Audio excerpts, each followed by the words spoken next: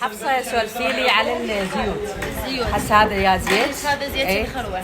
هذا هو من صاف يعني من راكد هذا هيجي. ايه؟ اوكي. ايه؟ بعد ما نرجعه يصير بهذا الشكل مالته. زين.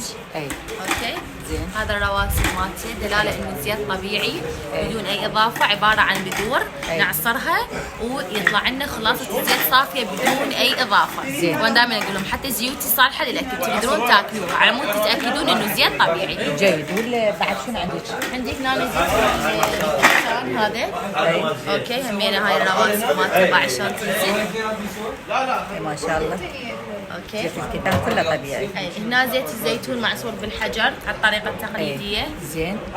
زين هذا الزيت الزيتون ممكن يعني مو فقط للشعر الطبخ؟ لا للطبخ اكيد، والناس اللي عندهم مثلا تحسس من الزيوت هذا مثلا خصوصا الكبار بالعمر. هسه انا بابا اكثر شيء على زيت الزيتون هذا. زين. يعني على مود لا يسبب لهم اذى يعني.